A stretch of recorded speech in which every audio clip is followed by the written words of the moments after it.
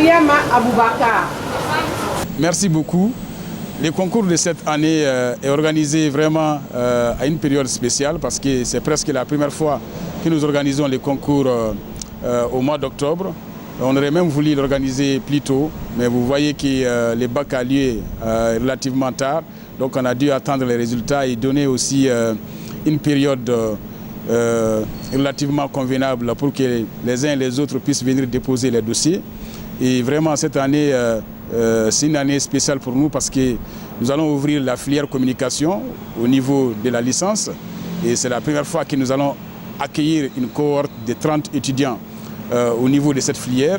Déjà, l'école fonctionne depuis sa création, c'est-à-dire à partir de l'année 2017-2018 avec la filière journalisme, avec laquelle nous avons déjà réussi à mettre sur le marché de l'emploi 2 promotions. La troisième devrait suivre dans les jours à venir. Et cette année, avec la licence communication, nous sommes en train d'élargir nos offres. Encore que bientôt, nous allons ouvrir aussi la licence journalisme en formation continue et en cours du soir. Et la particularité de cette année, c'est que non seulement nous allons augmenter les places disponibles en licence à 30, parce que d'habitude on recrutait jusqu'à 25, et cette année nous allons passer à 30 étudiants par filière au niveau de la licence. Et c'était l'opportunité pour le conseil d'administration même de l'école d'offrir 5 places boursières aux étudiants ou bien aux lauréats détenteurs du bac en cours. Dans ces contextes précis, c'est surtout les étudiants, c'est-à-dire les bacheliers de 2023 qui sont concernés. Les 5 premiers qui vont arriver, c'est-à-dire par ordre de mérite, vont bénéficier de l'opportunité d'étudier de la licence 1 jusqu'en licence 3 gratuitement, souvent même en bénéficiant, selon les critères de CENU, en bénéficiant de la bourse de l'État du Mali, et afin d'étudier plus ou moins sereine et sans pour autant avoir cette pression pécuniaire sur les parents, parce que nous avons constaté que parfois il y a des étudiants qui sont très brillants, mais dont les parents n'ont pas les moyens requis pour venir étudier chez nous. Donc c'est l'opportunité vraiment pour eux de venir s'inscrire au niveau de l'école supérieure de journalisme et des sciences de la communication pour poursuivre leurs études, que ce soit en journalisme et en communication, sans pour autant avoir à débourser quoi que ce soit lorsqu'ils parviendront à se placer parmi les meilleurs au concours d'accès à l'EGSC. Et aussi, à partir de cette année, nous allons appliquer aussi une nouvelle maquette, que ce soit au niveau de la communication ou bien au niveau du journalisme. Nous allons appliquer une nouvelle maquette.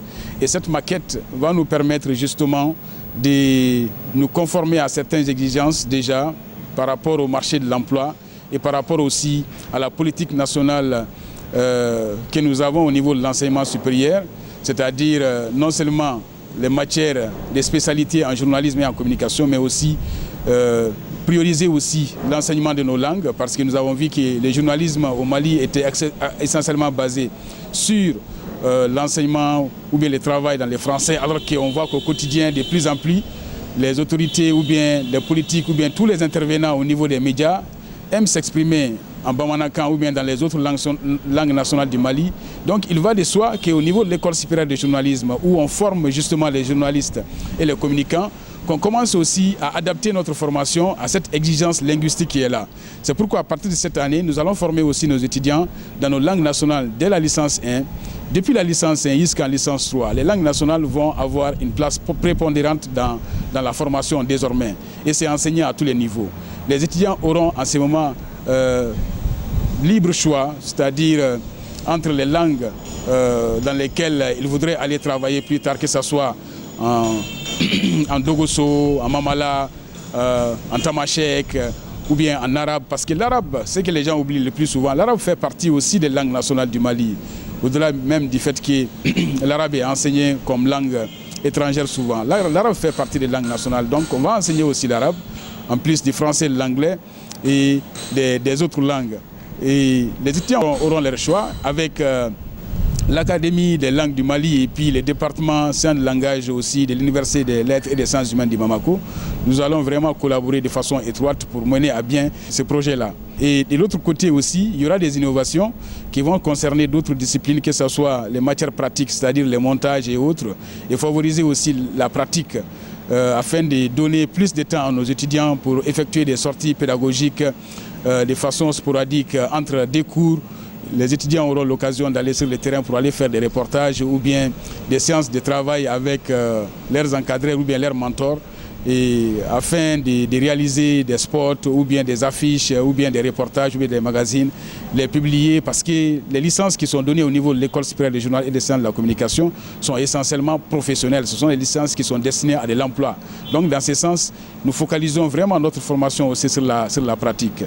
Et en cela, nous tenons à féliciter nos professeurs qui nous viennent du monde du travail et du monde professionnel, qui nous appuient beaucoup dans la formation que nous avons. Et sans eux, nos licences justement ne peuvent pas être professionnalisantes. Et à côté, bien sûr, nous avons des enseignants-chercheurs qui sont en train de nous arriver vraiment en masse. Nous accueillons de plus en plus d'enseignants-chercheurs qui aiment venir travailler à l'École supérieure de journalisme. Nous tenons à les féliciter, nous les encourageons encore à venir nous rejoindre. Si tout va bien, il y a beaucoup d'ambition au niveau de l'École supérieure de journalisme que nous voulons réaliser justement avec les concours de tout le monde. Merci beaucoup.